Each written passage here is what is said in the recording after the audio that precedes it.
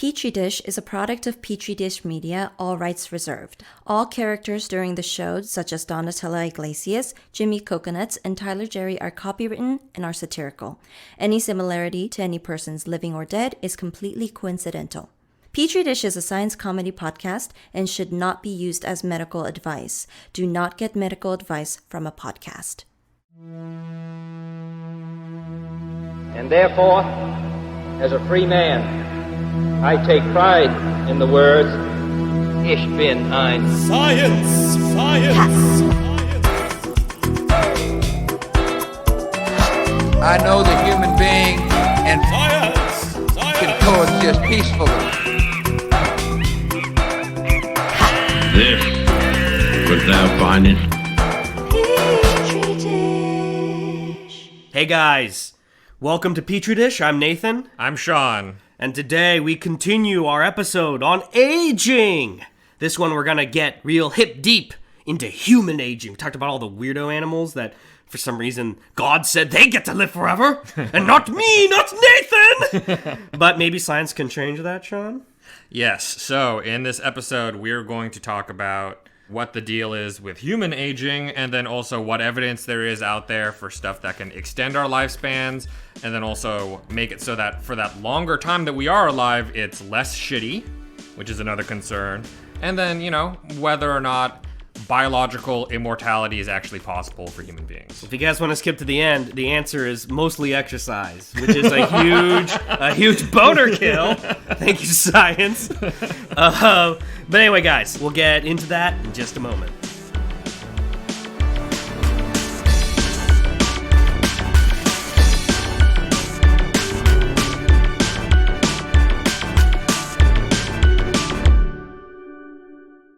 Okay, guys. Apparently, humans age weird, and not just Asians. Humans in general. So, Sean, tell me about some human aging. How are we weird? Well, there's this general trend in mammals where the larger your body mass, the higher your maximum life expectancy. Sure, like elephants live like 80 years or whatever, well, if we don't shoot them. Whales live like 140 years, and mice live as long as Sean decides. That's true. I am generally their Grim Reaper. Yeah. But usually mice are alive for like 2 to 3 years or something, right? And so in the animal world, there are strange outliers for that rule. Naked mole rats live for like 30 years, and they're not that much bigger than mice. But humans, compared to other primates, and some of those primates are bigger than we are, have more mass than us, we actually live longer than they do. Right. So our life expectancy pretty significantly outstrips what we should have as life expectancy based on how big we are. Although, like, if it weren't for medical science, like, probably hunter-gatherers are usually dying around like 40 or 50, right? It's hard to say. The science is a little bit undetermined on that. Because on one hand, a lot of statistics that we have for life expectancy, you know this, right? That from like the Middle Ages and shit, is skewed because of deaths during childbirth or like very young infancy. Right. So like childhood mortality made it so that the average age got brought Sure, down there's a lot. actually plenty of people in their 60s and 70s. It's just like we lost so many babies. Right, and the Greeks and Romans had like fucking old ass dudes running around being patricians and shit. Yeah. And so, Being pedophiles. and who knows how long Epstein would have been alive if he hadn't gotten suicided in jail. Which is a funny joke because we know he's alive.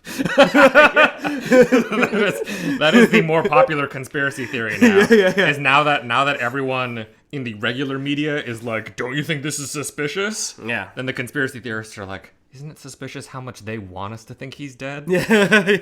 So I would say probably with hunter-gatherers, I think we found some human remains that were like actually pretty advanced in age also. Okay. Yeah. And so I think just basically human maximum life expectancy has sat around kind of where it always has. And just in some ages we would die from diseases more, who knows what. But we do a pretty good job against other higher primates. Okay, so that's pretty good. What's up with that, though? Right. So we have a lot of the same genes. We make very similar we're proteins. Brothers. Am I adopted? Compared to primates. You're saying I have less genes with you than a chimp? But one thing is that the levels of the proteins, the amounts of the proteins that get made, can be kind of different. So, for example, comparing humans to like chimpanzees, there are 93 proteins in liver that are expressed in different levels. Okay. And 253 in the kidneys that are expressed in different levels. There are these differences that might be happening not necessarily on the genetic level, but on the epigenetic level. Okay, so we're epigenetically better than chimps. Yeah. Dude, I was just reading that the UK press called Meghan Markle's baby a chimp. And it's like, those guys are so racist. I've never cared about royal news, but now I kind of do, because they're trying to put down one of us biracials. Okay, Yeah, we gotta fuck those guys up. Yeah, we gotta stand up. Gotta stand up for Meghan. I didn't really like Suits that much, but We gotta stand up against the UK press, I guess. I like putting it like that, because I don't want to stand up for Meghan Markle, but I do want to stand up against the UK press. Yeah, I like that. Yeah, they don't pay attention to us. Boris Johnson is just steaming mad. They're not gonna know. Okay, so humans are weird. We live longer than we should anyway, probably because we're in God's image. But what can we do to get us to that Methuselah age? How do we get back to the early Bible? All right, so here's the first place that you lied to our audience. They didn't need to wait until the end. Right now, my answer is exercise is number one That's true. on what you should do. Click, podcast off. Exercise is probably not going to help you live past 120. That's still 80 more years than me. 120 is probably where we max out, something in the 120s. Yeah. But it will help you live better up until then to get relatively low impact but regular exercise. Right. And so there is this balance there, and that there's lots of kinds of exercise that can actually wear out your joints and stuff Yeah. like that. Right, like if you just jog, Right. it's better to do an elliptical. Yeah. Right. Yeah. And swimming, for example, is a really good exercise to do. Yoga. Sure. Why not? Yes. Probably Pilates. I don't know. Missionary position. Right? Doggy, bad for your knees. Okay? Missionary? I mean, probably a lot of positions work out your abs a good amount. You get that core going. Shit. So you don't want to do things that are going to make it so that you need to get a hip replacement or something like Right. that. All of those kinds of joint replacement surgeries are just really not that great for you. That's and lowering the life expectancy. Exactly, yeah. But aside from that, regular exercise does reduce morbidity and mortality in humans across the board. And motility. I don't think it reduces motility. The sperm swims less because it's so strong. Only if you're riding the bike. Then that makes your dick fall off, is what I learned. Is that true? A lot of bike seats are not great for your balls. Oh, I always knew I hated bikes, and I thought it was just because I want to make a right turn, but the guy's in the way. Now I know it's because my balls are already pretty weak, Sean. Well, it's just the way the bike seats are, you can also kind of cut off blood flow a little bit to your dick and balls. It could just not be great for you. There's a lot of people out there who like riding their bike, and I think doing it I think the exercise part usually outweighs the what it does to your dick and balls. Yeah, maybe you want to be sterile. Except for at the extreme ends. Yeah, I don't want people in Venice Beach to have more kids. Poor Venetians. Poor Venetians. So I would say low impact, high intensity interval training is probably a really good choice along with swimming. And realistically, I think regularity is something that matters a lot. Now, guys, we're going to get into one that's really crazy, very controversial. Caloric restriction. Now, Sean, when I hear that term, it just sounds to me like, put down the fork! Which is, I admit I should do more.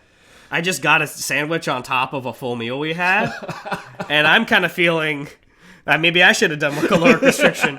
But apparently caloric restriction actually refers to something a little more specific, right? So, to begin with, I want to say that the put down the fork idea is actually kind of integral to caloric restriction. Okay, that does make sense. But scientifically, we're talking about something that goes back to about 1939. Caloric restriction, of course, has a very long history of like Indian gurus starving themselves, right? Sure, like, yeah. Like, some like Buddha shit. And I don't know, mystics out in the desert. And, Right, people have been starving themselves for a while. Right. Scientific evidence goes back to 1939 in experiments Nazi Germany. with rodents. Oh, okay. So normally when we do studies with rodents, we'll have them in little cages, and then we'll have this little food supply that's kind of positioned up in the top of their cage. The mice have to kind of stand up to like eat at it a little bit. Yeah. And it gives them a little bit of exercise. But the main point is they get to eat however much they want, and then they stop when they're full. Yeah. It's called ad libitum.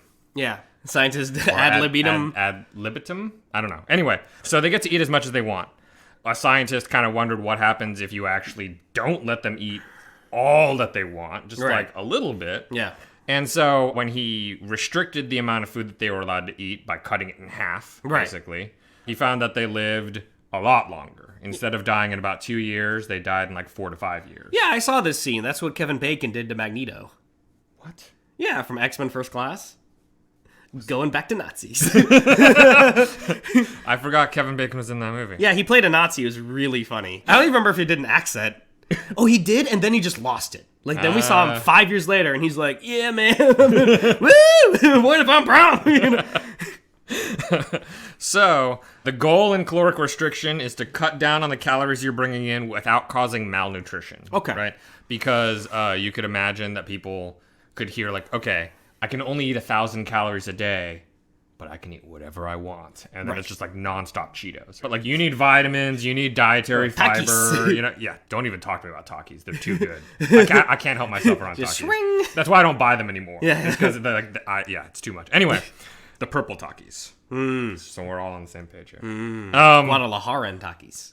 Yeah, probably. I don't know. I don't know where they're from. Yeah, I mean. So, first thing that caloric restriction can do for you is that it can make you not as fat. Cool. Okay. Right? So you can lose some weight. And there are many, many comorbidities with being overweight. Right. Okay? So just in general, The bitters. not being overweight can help you live longer on average. Okay. There's this white visceral fat. Is that like Michael Moore or something? Broadly, there's two kinds of fat. Well, fat can get broken down in a lot of ways. One of them is where the fat is. So there's subcutaneous fat. There's a layer of fat under your skin. Yeah. We'll talk about that more in our skin episode. And then there's also visceral fat, and visceral fat's kind of hanging around your organs and stuff like that. Yeah. And belly fat is visceral fat, so you can like build up fat in those spots too. And then there's white fat, and there's brown fat, and then now there's beige fat. Wow. Okay. Yeah. But white fat is kind of what we think of as like your standard storing energy kind of fat. And it's pretty pro-inflammatory, and it can help promote diabetes. And it can do things kind of in the sensing of when you're full. So the more white fat you have, the harder it can be to recognize that you're full. That's interesting. While eating. So caloric restriction can help reduce white visceral fat. And it can also help promote what's called autophagy. Autophagy. Sacred fat. Damn it. Autophagy is when you look at a cell and then the cell wants to do a little bit of recycling and cleanup internally. Okay, so it's got some organelles that are acting out and they're being a little shitty. All right. Or they have these extra proteins they don't need anymore, or proteins that are kind of misfolded. Autophagy is basically eating itself. It's processing those organelles, breaking them down, and making new ones. Yeah. So that recycling process means that, generally speaking, you use more energy, because it takes energy to do that, but everything in the end is kind of higher quality, because it's new. Cool, You yeah. made new organelles and everything. Caloric restriction can help promote that process. It can also help maintain telomerase activity. So You guys don't remember telomerases? 100% definitively linked with why you age. Sometimes I hate when you remember things I say, because then you turn purposely them fuck the 'em? wrong way. Yeah, exactly. Yeah. Telomerases are the enzymes that kind of fix the ends of your chromosomes, right? Oh my god, that is exactly right. Yeah. Fuck. Maybe even I secretly know some of these things before reading the notes. Yeah, I bet you do. Yeah, that's very sneaky of you. I actually got a 4 on the AP Bio test. That's pretty good. It's better than anyone thought of me. It's pretty good. Biology's the closest to history. Huh. I know that doesn't sound right, but compare it to chemistry, which is not like history. Yeah. And you start to see why it is like history. Yeah, I buy it. It's a lot more stories. Exactly. So, caloric restriction can also change metabolism by increasing fatty acid liver metabolism. So, it can reduce the amount of sugar that you're burning for energy and increase the amount of fat that you're burning for energy. Okay. And it can reduce inflammation through engaging the NLRP3 inflammasome. Sexy. Caloric restriction might not just be about eating less, but let's take a quick break and then I can talk a little bit more about what's called intermittent fasting. Buddhism. Hi everyone. This week's sponsor is Poops, an at-home microbiome analysis service. They wanted to have me relay that they've received some confusion on their name, spelled P-U-P-S. Unfortunately, a lot of people miss the umlaut and have gone to their site looking for cute pictures of young dogs. But this realization has led them to a new product, Poops for Pups. Now you can have the microbiome of your sweet puppies analyzed. Every time you take them on a walk, you are throwing away troves of precious scientific data. Use Poops for Pups to learn about the inner workings of your dog and whether that expensive food you buy is actually helping them stay healthy. Sign up for Poop for Pups. That is P-U-P-S for P-U-P-S, and use promo code PetriDish for 20% off. So we're back with intermittent fasting. Now, Sean, I grew up watching a little movie called something Buddha. I don't remember the name anymore. Siddhartha? No, not that one. Little Buddha. Little Buddha, and it has Or Keanu Reeves. Young Broad Buddha. Little Buddha was right. And Keanu Reeves, see, he's being like a Hindu ascetic, and he's not like eating barely anything. He's all skinny, and he can't think about nirvana because he's too fucking hungry. And then he's like, you must find the middle way, because he hears the sitar playing on the river. Everyone else has a Hindu accent, he doesn't. And he gets a bowl of rice, right? And he eats a little bit. And it turns out that maybe for Buddha, the trick is to eat a little bit sometimes instead of just fasting completely or being too gluttonous. Is that related to intermittent fasting? Yeah, kind of. Yeah, actually. One thing I want to say is that we actually should do an entire episode about intermittent fasting because there's a lot more information in there. Mm-hmm. And we're gonna. But just broadly, what intermittent fasting is that you will take periods of time, usually 12 to 16 hours, where you're not eating, and then give yourself something like an 8-hour window in the day where you are allowed to eat food. Right. But then the amount of food that you eat, you can just kind of eat until you're full. Isn't it interesting how science seems to be our long-winded way to circle back to the basic divine truths given to us in the Satras? It's like, why didn't we just listen to Shiva in the first place? Right, yeah. It's a little upsetting. Yeah. It's a little upsetting that's we just circled on back. Well, anyway, so you have a period of time where you're allowed to eat. You're not supposed to eat too much. What's the science behind that? Yeah, so it seems like not only does intermittent fasting introduce a little bit of caloric restriction, because usually people, when they're eating until they're full, but only like 2 meals a day, that usually means they eat less than if they were eating 3 meals a day. Right. So you have a little bit of caloric restriction, but also something about the time window maybe sort of fits in or synergizes with our circadian rhythm, such that there's kind of periods of time where your body is expecting you to be bringing in calories and periods of time where it's not. And part of that period of time is the nighttime plus a little bit of the morning. Right. Like that it was going to take you a little bit to get up and running to hunt for something. That makes sense. Right. And lastly, and the biology level with intermittent fasting, your body's glucose stores will drop down low enough where it'll start to need to burn other stuff for food during that period of time. Usually it takes about 12 hours for you to run out of your glucose stores. And so after that point, you'll start burning stuff like fatty acids. Right. In the ketogenic pathway. Right. I mean, that's why you drink kombucha, because it has ketonase, the ketone enzyme that denatures ketones. I think you drink kombucha because you're a hippie from Portland. But That's true. I've never had kombucha. It tastes like a drink. Ew. I only eat burgers, sir. Anyway, so, I think more about intermittent fasting is going to be something that comes in the full episode.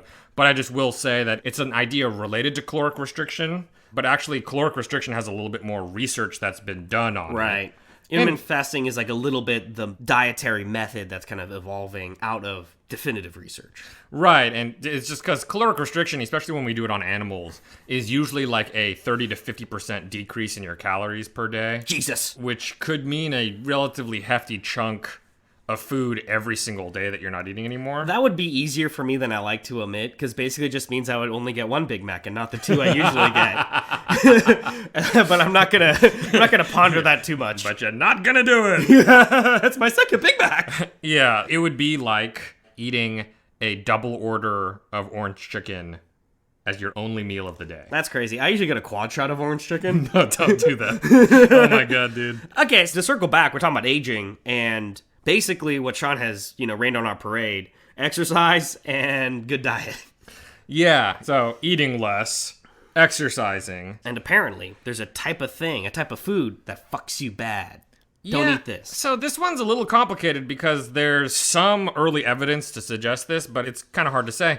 There might be a specific amino acid, methionine, that for some reason, it seems to get used by your cells for epigenetic purposes. And when you lower the methionine intake in rodent diets, they live for longer. They seem to have more autophagy. Their epigenomes seem younger. I mean, that's not surprising. We've all seen Breaking Bad, right? Like, take a lot of methamphetamine and you know, you're gonna, like, lose your teeth. Oh, my God. Yeah, the methionine epidemic. Yeah. Not crystal meth, but I appreciate it. Methionine is an essential amino acid, which means that we don't make it ourselves, so you have to consume some of it to not be malnourished. It's just the thought is maybe we have too much of it in our diet or something like that. But in any case, it comes in fish, animal meat, Brazil nuts, oats, and sunflower butter. Oh, well, boy, we really devolved into things I don't eat. Animal meat. Well, no. I mean, devolved. Right. So we started with a couple things that, like, I'm going to keep eating. Yeah. And then we, like, really quickly went straight into Brazil nuts. And that was, like, a sharp left turn for me. Yep. I was like, oh, I don't have to worry. It's like, oats? What Yeah. am I, fucking Puritan? Like, I don't eat oats. Methionine might not be the thing that you need to take care of. Yeah, that's true. Okay, so then the next one, well, I think we're getting increasingly controversial here in the notes. The next one is really fun. And it's something that we're definitely going to start just selling. Okay. Just young blood. Young blood. Yeah, just blood. But young ones. So, let's see. This is a joke on what? Silicon Valley or something like that. Was that there's some rich tech dude that has like a blood bag boy, a blood boy, who like he'll get transfusions from and everything. But, yeah, I thought Silicon Valley was just a documentary for 3 seasons, and it turned out to be functionally right. Yeah. This is roughly documentary level information in that there are some rich people who want to buy young person blood. It's the laziest satire. That Doug, what's the name of the guy who made it? Mike Judge? Yeah. It's his laziest satire because it's actually just true. Yeah. And the idea, you can remove all the cells so that you don't have like a bad immune reaction to getting some other blood type or some shit. Right. Because all you want is that juicy plasma. So why is it that young plasma will be any better than other plasma? That is not super clear. That's which is typical of most microdosy things that they do up there, huh? Right, so this is originally based on mouse and rat studies where they did something called heterochronic parabiosis. Yeah. Okay. Which is... Heterochronic, dude. That's weed for straight people. I mean, the heterochronic is talking about the old and the young. Okay. Parabiosis is the freaky part, which is that they hooked their bloodstreams up together while they were alive. Wow, of the rats? Yeah. Oh, wow, okay. Yeah. So they're just alive, attached to each other with their bloodstreams flowing into each other. Wow. Yes. And so what they found in those situations was that the old mice or rats in that pairing saw some reversals of signs of aging and seemed like they could kind of extend their lifespan. And the young mice got older faster. They got shittier from getting that old blood. Oh my god, this is the basis of an X-Files episode where, like, they just did that. With people. Like, Yeah, this is probably, I mean, honestly, probably they probably inspired heard it. about this experiment. you know that this idea put into Trump's America is a disaster. Trump's just gonna walk around little orphan just like attached to the hip. Oh my god. It's gonna be bad, dude. I feel like even just the phrase orphan is immediately Well- disqualifying for a sentence. Oh my god. But yeah, so that was the first experiment, and that's pretty wild. Yeah, just that hooking is up the bloodstreams. astounding. So then the next set of experiments was taking rats and then giving them young rat plasma, right? Okay. And so this is kind of a step removed. It's like, okay, there's little no less cells gross. involved anymore. Yeah. And what they saw was that both the livers and the brain showed more regenerative capacity. So the livers were regenerating better. The brain, you saw these neurons being all sexy and young neurons, learning shit real fast. But plasma still has just like a lot of stuff in it. It's got a lot of stuff in it. Right. It's got a lot of small molecules that we make, little metabolites, little hormones. And then it's also got just proteins, all kinds of proteins floating around. It is not clear what's the main thing doing this, or if it's a bunch of things doing a little contribution. Because it's probably not super sustainable to just be like bleeding young people all the time. Yeah. It would be nice if there was like a single thing in there that we're like, oh, that's the thing we need to make a lot of. Right. But we don't know what it is yet. Jeez. But there are a lot of companies now that want to sell young blood plasma to inject. This stuff is not FDA approved. Sure. Because no one has finished a clinical trial to show that this meaningfully works in people. But there are clinical trials happening? Yeah. Okay, well, that's cool. Yeah. This is a legit enough finding that it has been worth doing. It's a clinical actually trial. spurred. Right. Yeah. It's just nobody's finished one yet, and so Right. we don't know how much it helps. One other thing I'll say about clinical trials with aging that's just something to keep in mind is the outcome we actually care about from aging is how long do you live and how well, right? So it kind of requires keeping tabs for a few decades. Right. That's a crazy amount of time. So usually clinical trials will try to use proxies of like different health markers or things like, blood pressure and, But there's still ultimately a rough approximation for death. Right. It's like the clinical trials, I think, would like to, if they have enough funding and time, to eventually do follow-ups way later. But like rich people need blood now. Right, exactly. They're dying, so they need it. So, like if I were recommending any rich people who came up to me, which they're not going to, but if they ever did come up to me and asked if like they should be sucking blood out of people, I would say no. Because first of all, you don't want to swallow it. You want it to go into your bloodstream. Yeah, I spit, not swallow young blood. But I think that so long as everyone's getting paid for their blood, then, maybe that's not the worst thing in the world. I think we all know, though, that, like, in 50 years, let's say this happens, we're going to be watching a YouTube video where they're talking about young children and be like, oh, but they're endangered because they're harvested for traditional Chinese blood medicine. True. Like, yes. Yeah. I think we know that that's where it's going to end up. Young people will go the same way as, like, the white rhino and shit like that. Yeah. Yep. Elon Musk is definitely already drinking young blood. Because Stacey and I were looking at a photo of him in 99, and that motherfucker is going so bald so fast in 1999. He's the nebbish-looking vampire PayPal fucking baldy motherfucker. Yep. And now he's all virile and shit. Yep. That guy's drinking blood. Okay, again, injecting blood. No, but he's drinking blood. I mean, I'm sure he's drinking it too, but you don't want to be drinking it because you'll Right. digest the blood. You need to talk to him. Listen, I'm telling you, rich people, you don't listen to our podcast. But if you did, sign up for our Patreon. Yeah. But in any case, don't drink the blood, inject the plasma. You know, okay? goop blood's gonna be a thing real fast. What is? Goop blood? Oh. Yeah, sure. Yeah, oh, free-range blood. Right, yeah. Cageless Organic, blood. Right. Non-GMO. Yeah. Okay. Don't put kids in cages. Take their blood. Goop blood. Okay, so we got one more, guys. What is it? Okay, we don't have one more, but we got one really kinky big one. It's mellifluous. Metformin. Oh. Okay. Metformin is a small molecule drug. Metformin is like the one blue-collar guy who works at the Met. He's like, we gotta move these pains fast! Who put up this pain? Looks like my mother's Gotcha. This stuff is dog shit. Yeah, I was thinking George Foreman's younger brother Met. Yeah. But yeah, I got you. Okay, so it's a small molecule, and it's been blowing up the scientific literature and some of the popular news relating to fighting aging. Metformin is actually an old drug. It's been around for a long time. It is FDA approved, but it's FDA approved for type 2 diabetes. Okay. Where actually it is probably the first line drug that's used. So like you find out you have type 2 diabetes, right off the bat, doctor's like, let's get you some metformin. Okay. Before you're even injecting insulin, they're like, metformin. Damn. Okay. And it can help restore glycemic balance, in part by reducing how much glucose your liver makes. Okay. So if the concern is, oh, you got too much glucose going around your bloodstream, metformin can try to help balance that out a little bit. Okay, cool. Metformin is actually originally derived from herbal medicine. Cool. Okay? European herbal medicine. Wow. All right? In this case, extracted from the French lilac. Okay, that's cool. I Okay. like that. So, sometimes herbal medicine's not bullshit, and we find out, and then we make a lot of money off of it. I mean, like, a lot of herbal medicine has, like, a chemical Yep. that's valuable inside it, and then we extract it, and then hippies say we're poisoning them. I mean, that's Right. the cycle of this. One thing I will say is that herbal medicine covers so many potential items, it's hard to even know what a lot means. Right? Right. Some herbal medicine definitely has chemicals in it that does something. But, like, there is also herbal medicine that takes stuff that, like, maybe that doesn't have anything to do with anything. Sure. It's just you kind of group it into the whole batch, right? Rhino horn, as we were talking about earlier. Right. So someday we'll do an episode about herbal medicine, too.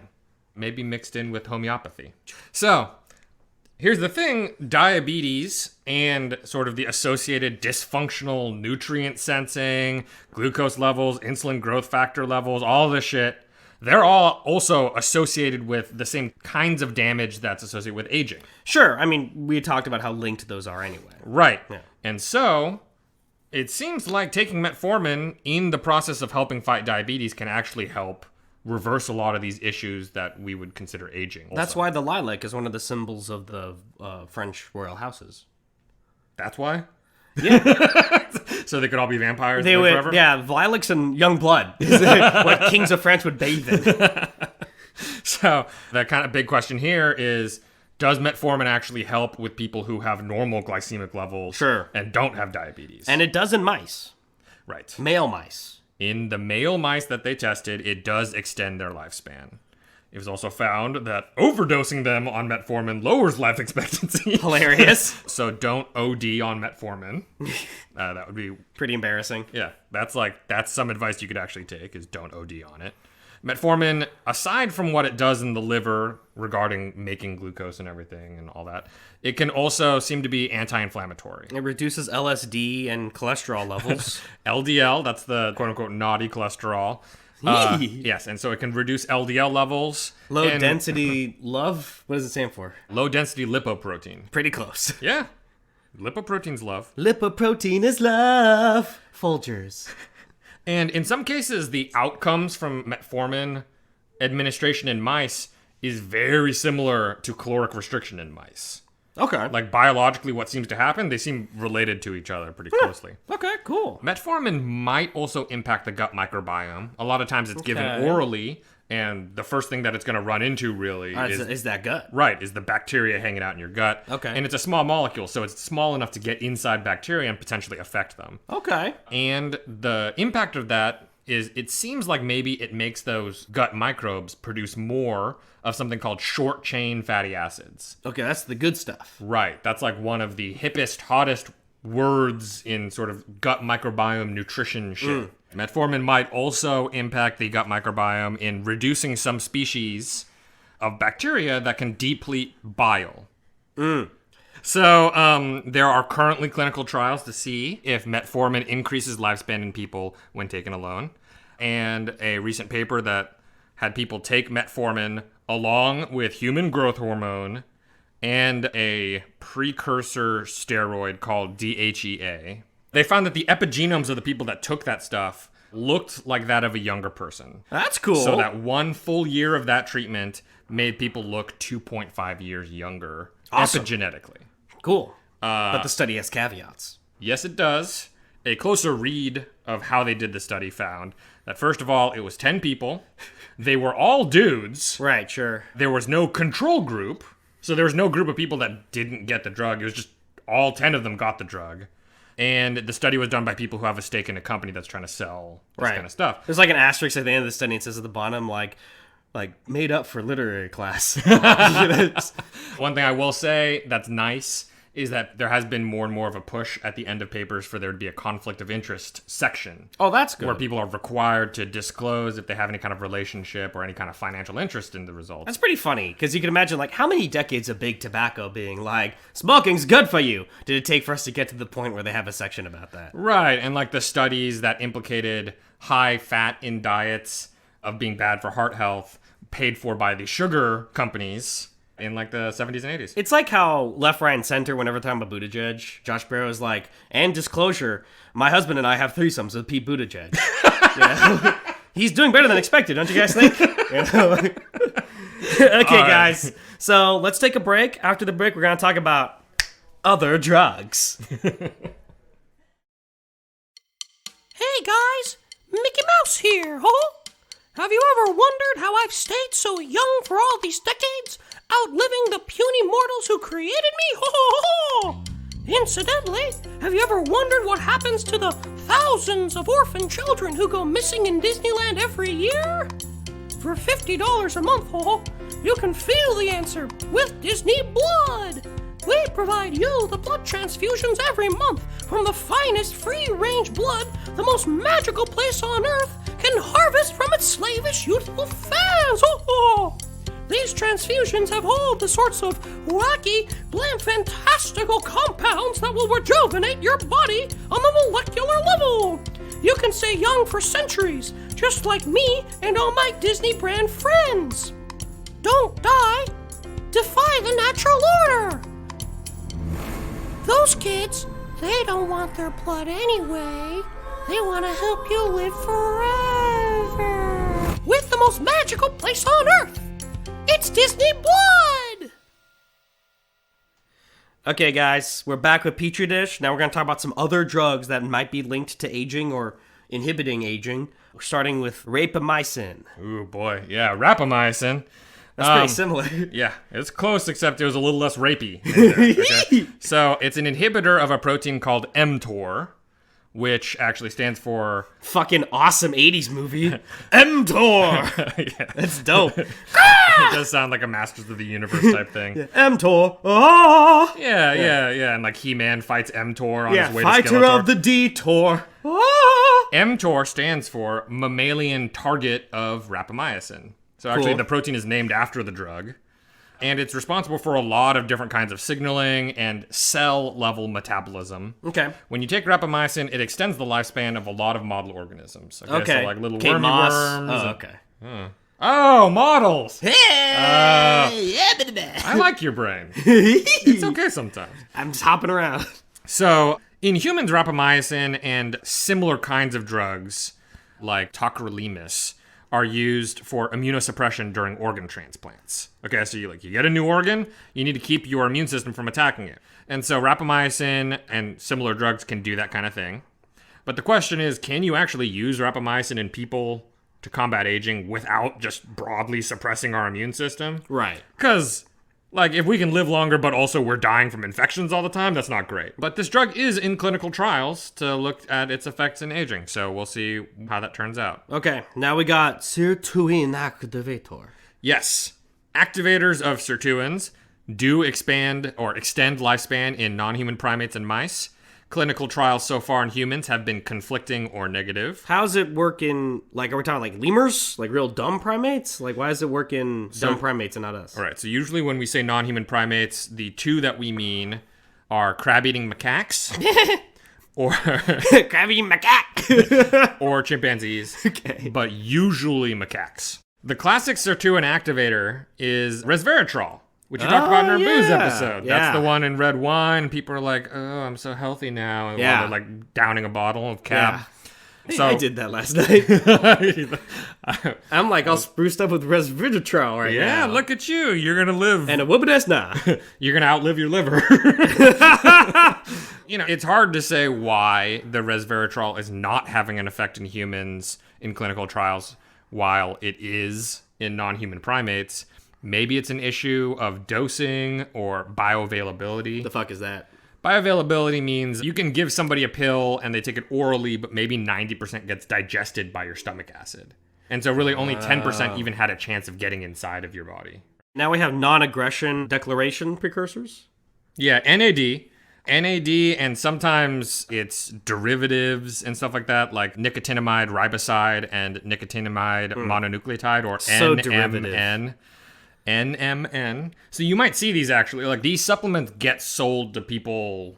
If you Google them, you'll pull up like an Amazon page to buy like a tub of it or something Cool. like that. Do you remember NAD, NADH, NADPH? Yeah, kinda. All of that stuff has to do with metabolism inside the cell. Shit's important. Yeah, NAD is an important carrier for that whole energy process, and your NAD levels do decrease with age. Okay. And so there's this hypothesis that saw that was like, okay, what happens if we just don't let it decrease? We keep supplementing the NAD levels Yeah. to keep it from decreasing. And what they saw was that in mammals that they've tested this out in, it does extend lifespan. Human efficacy has not been demonstrated, but also has not been disproved. Okay. It just means that it's in trials and they're working on it. Okay. Supplement companies are already definitely selling this shit. Great.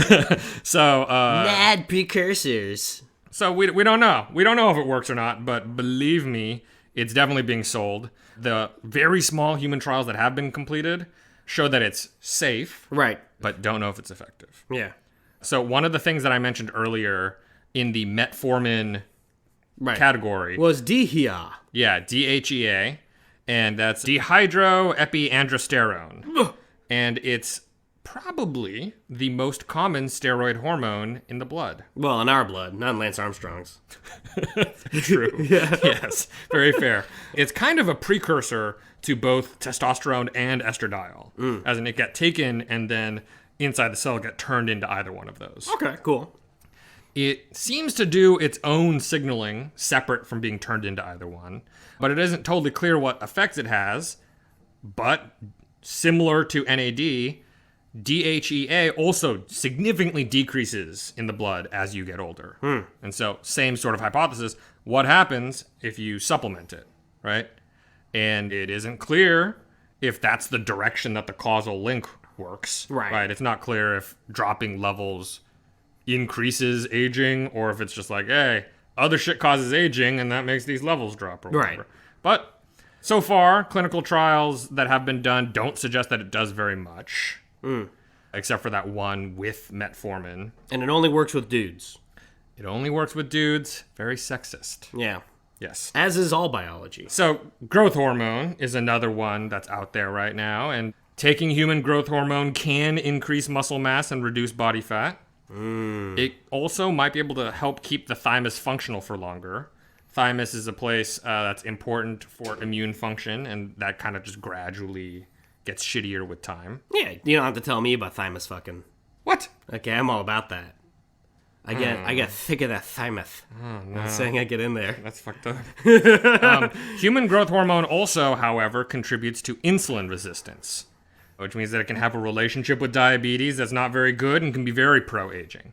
And so, the jury's a little out on whether growth hormone helps or hurts overall. But we're putting it together with the other shit. Right. So, that's why in that study, they paired human growth hormone with metformin, because metformin helps fight diabetes. Okay. And would hopefully kind of take the edge off of the growth hormone, We're putting together our young blood serum. Right. It's got all the good stuff in it. Right. And so maybe this shit is the, maybe it'll end up being a blend. So what drives me nuts about this whole conversation, right, is fucking lobsters, they get to, not really live forever, but kind of. Yeah. Elrond gets to live forever. Jellyfish get to live forever. Yeah. Why can't I turn back into a polyp?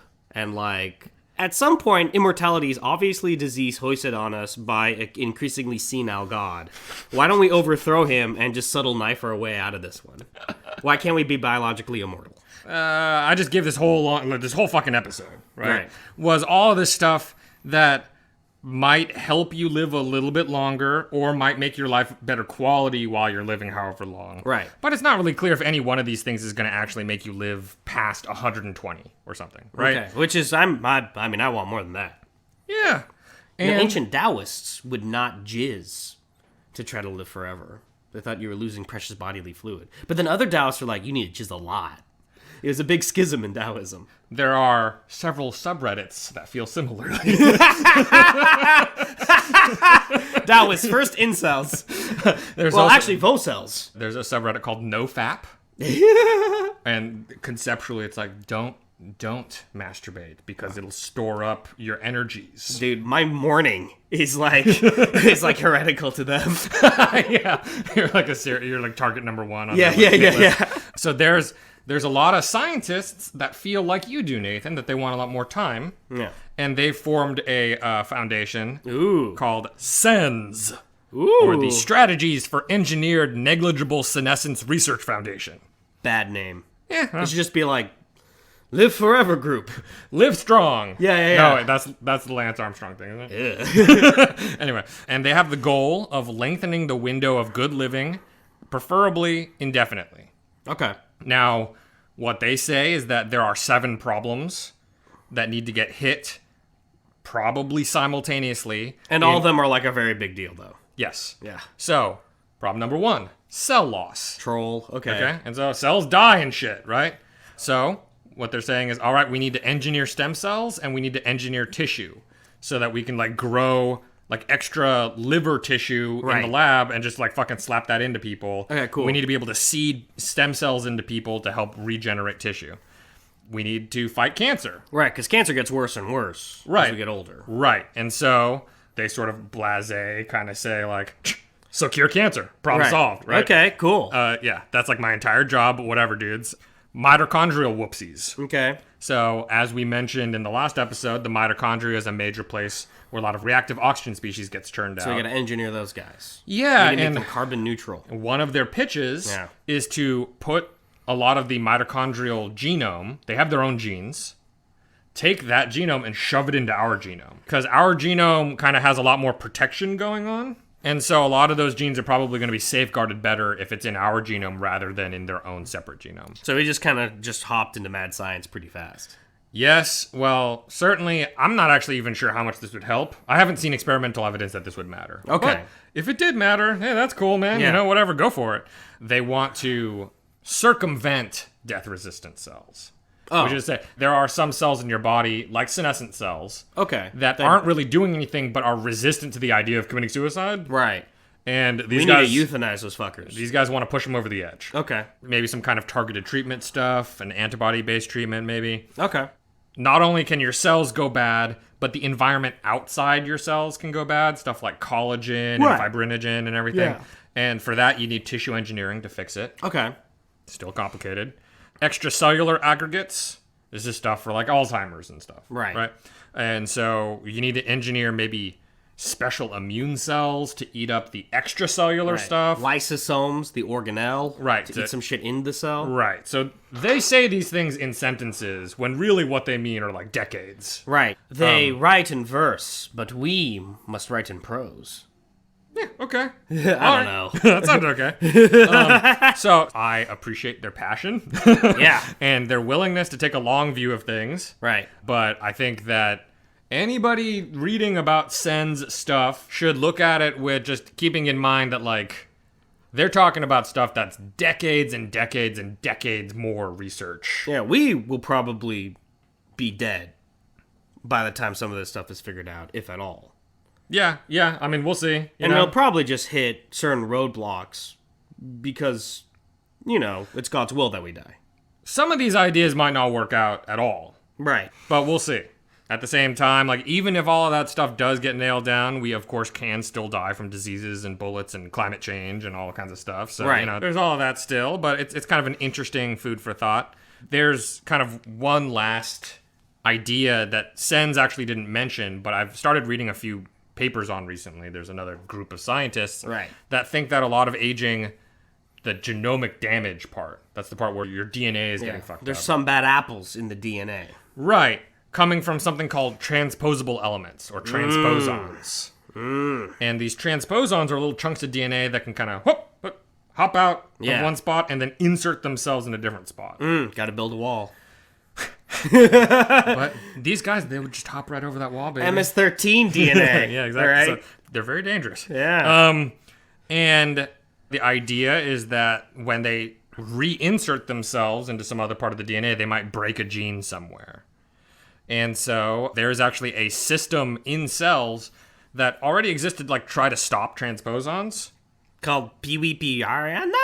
I think we just ate that. We just went to a Brazilian restaurant. I think we ordered a slice of piwipiana. Yes, it's Peewee and pi RNA.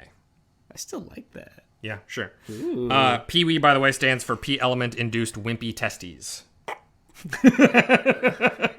What? Yeah, girl. P element-induced wimpy testes. What did you not get about that? Okay, cool. Okay. I'm on this train. So the the reason why it's called that is because they discovered it in flies. Oh, And- it's a testes fly. No, it's fruit flies. But all fly scientists are always waiting for their chance to name a gene something ridiculous. Yeah? And usually it's named after what the phenotype of the fly is. Okay. So they found a fly that was a mutant. Yeah. Its balls were fucked up, Oh, wow. like wimpy. It had like small balls. Wow, man. And the scientists were like, wimpy testes. Oh, my And then they God. went and found what gene broke to cause wimpy testes, and they're like, all right, we just named this fucker Oh, man. P element induced wimpy testes. Fucking scientists are such nerds, dude. I You guys know. are so nebbish. Yeah, well, what are you gonna do? So, So you're handsome. cells. You guys who don't know, Sean's very strong. We did a whole commercial where you called me ugly. Yeah, but that was a lie. I'm gonna do a commercial where I call you handsome. All right. So, cells with Pee-wee pi RNA turned on seem to show less aging and genomic damage over time. And you see this already turned on in some immortal animals like planaria and hydra. Cool. You know, maybe some kind of sophisticated system for turning on this system in our cells temporarily might work or something. The issue is that this Pee-wee system also can increase the chance of cancer. And you'd need some kind of special gene modification tools like CRISPR, but, you know, CRISPR that works really well. Yeah. So it's a little sci-fi-ish to be talking about it super seriously right now, but it is an interesting system. Okay. And maybe it'll help us be immortal. Okay, so I think, to wrap up, you're not going to live forever within this lifetime, which I guess means you're not going to live forever. Yep. If you're rich, you'll be sold all sorts of bullshit that may make you a little bit healthier. But really, at the end of the day, just exercise, have a good diet, eat some midichlorians, and, you might make it to 120. There are legitimately people out there who are trying to make a lot of money selling supplements and stuff like that. And I guess I would say things like NAD and other NAD precursors, things like metformin, there's scant evidence that they work. But if you have a lot of money and you don't mind gambling, they don't seem to have really terrible side effects. Yeah, they You know don't what I mean? stop the car from hitting you, though. That's true. Right. That's true. Or when the revolution comes, they don't keep the proles from killing you. Or the wildfire. True. Yes, there's all sorts of other things, external variables, outside of our control in this capricious, amoral world. If you were going to live past 50, what would you do with the rest of your time? God, I think I'd finally write that novel. Yeah, you think so? With all the extra time? Yeah. The great Korean novel. What if you were frozen in, like, at least this level of sexiness? You know? Like, no further So I degeneration. continue to be unfuckable when I'm unfrozen. You can start working out if you want. Okay, let's not throw ideas out in front of Stacy, all right? But okay, finish your question, though. You're... Because I think that's part of the idea here also, right, overall, is that some people are talking about wanting to be immortal, but every time that I've ever brought up being immortal with somebody, they'll ask the second question, which is, do I just keep getting shittier and shittier? Right. Right? It's actually a Greek myth about that. Okay. Some goddess wished that her human lover could live forever, and they granted it, but she forgot to mention aging. And so he just he withered all the way down eventually to a little cricket that she would keep with her and to hear its chirp at night. Oh, so crickets are like really old dudes. Yeah. All right. I buy it. Yeah, so which one of those is more important to people, I think is kind of an actually interesting question. Of course, right? then, and the good thing is that the remedies are linked, right? Having good habits will help you age more elegantly to your inevitable grave, and the grave will come a little later for you, excepting wildfires, revolutions, and cars. Right, yeah. Like I said kind of earlier, there's something that's similar to like a hard cap, it seems like, at 120 right now, as far as we can tell. Yeah. And some scientists are very focused on like, why 120? Yeah. You know, why not 500? Yeah. And then, yeah, it's just your odds of dying at like 180 are so ridiculously high, nobody makes it, right? Right. But that's not the way it is. It's like, it seems like 120 is as far as we go. Right. So, you know, maybe some of the stuff's going to help with that. Yeah. But I do think largely something everyone is concerned about now, because a lot of people have seen an elderly person in their life pass away in some kind of way that, you know, I think makes you kind of, it brings up questions about like the dignity of human life and like being able to choose when you go and stuff like that. Yeah. And I think that being able to live better for longer Right. is maybe at the forefront here. And for that, exercising and eating well are really kind of two of the key things. Fuck. Well, guys, you're not immortal yet. So hurry up and sign up for our Patreon. Wow. Yeah, petridish.com/Patreon. That's not it. Patreon.com/petridish. Yeah. Also, you can tweet us. You can email us. You can call us. Oh. Yeah. 310-999-9999, baby. Ooh. Okay. Thank you to Stacy Song, our sound lord. Yes, and to Brian Allen, our art master. Guys, you have a beautiful day. Ich bin ein Science. See you guys next time. First